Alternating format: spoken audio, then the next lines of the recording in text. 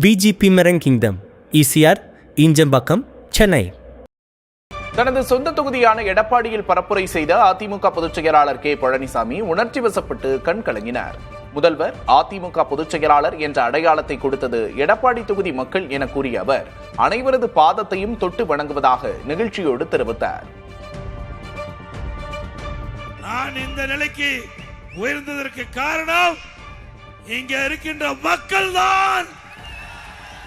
நீங்க கொடுத்த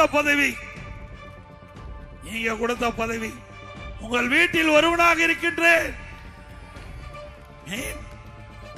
மீண்டும் நான் மனித பிறவியாக பிறந்தால் உங்கள் குடும்பத்தில் ஒருவனாக பிறக்க வேண்டும். இவ்வளவு பெரிய பதவியை யாரும் கொடுத்தது கிடையாது.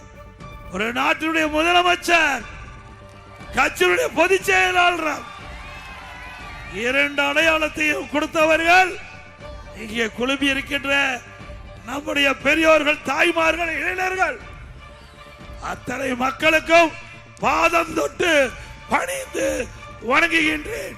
அதிமுக ஆட்சி அமைந்ததும் சாதிவாரி கணக்கெடுப்பு நடத்தப்படும் என்று அக்கட்சியின் பொதுச் செயலாளர் எடப்பாடி கே பழனிசாமி கூறினார்.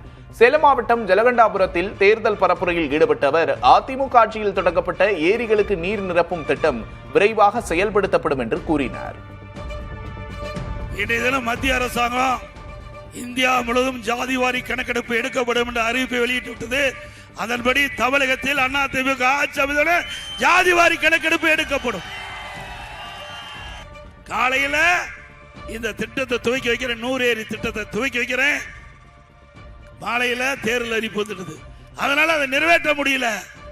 மீண்டும் அதிமுக ஆட்சி உங்கள் துணையோடு நிச்சயமாக வரும். இந்த ஆமை வேகத்தில் நடைபெற்ற பணி துரித வேகத்தில் நடைபெற்று இன்றைக்கு எஞ்சி ஏரிகள் அனைத்தும் நிரப்பப்படும்.